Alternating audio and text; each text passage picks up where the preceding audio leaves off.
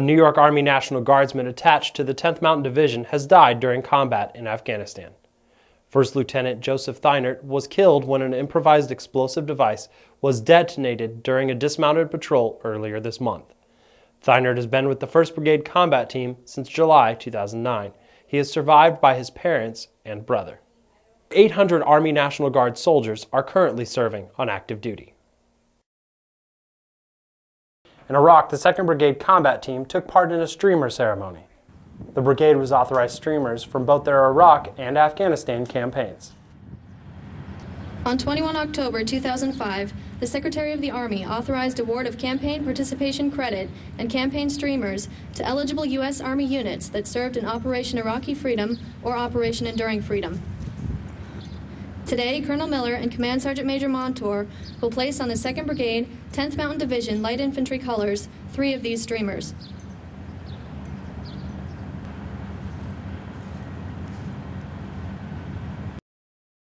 When I say this brigade combat team, I don't mean me and the Sergeant Major. They belong on those colors which are owned by the 3,500 plus soldiers that make up the brigade combat team. And each and every one of you that I'm looking at right now, those are your colors, those are your combat streamers. That's your legacy, that's your history that we carry on today. And we have an expectation for all those who came before us to live up to. Here at Fort Drum, community members came together to honor all those who served with some Flag Day festivities.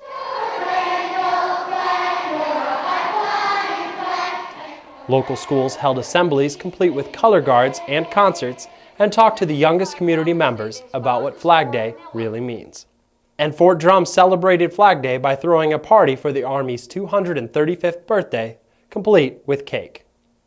I think it's like anything else we do in America. It's enduring, and it's a great experience for me to be able to do this for 24 years, year after year after year. And it is one of those traditions that, just like we sat here, try to encourage all of our soldiers to participate in, because we only get to do it once a year. And it's that time that we get to go back and thank all of our soldiers and our nation for supporting us. In the Army, career advancement usually means a big move for soldiers and their families.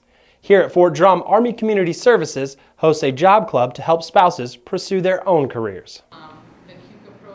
Every month we have a different topic. This month was healthcare career.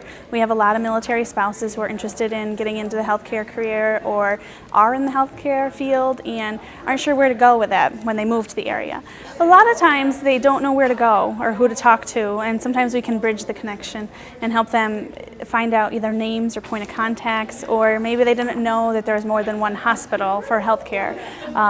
We have 3 or 4 local hospitals that they can apply at if they're willing to drive a little bit. We kind of educate them on what really to expect and what the job market's like, because every base there's a different job market. With spouses moving every 2 years or so, they have a hard time finding a career every time they move. So that's our main focus of our program at Employment Readiness.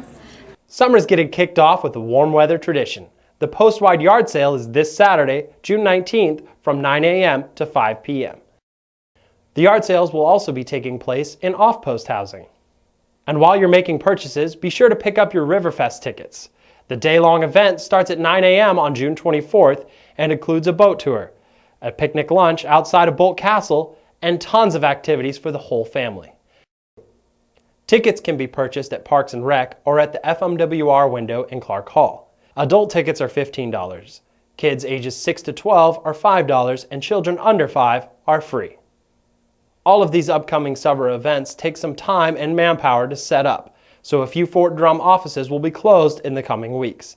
The PAO Visual Information Branch will be closed for business on July 1st. There will be no DA or passport photos taken that day.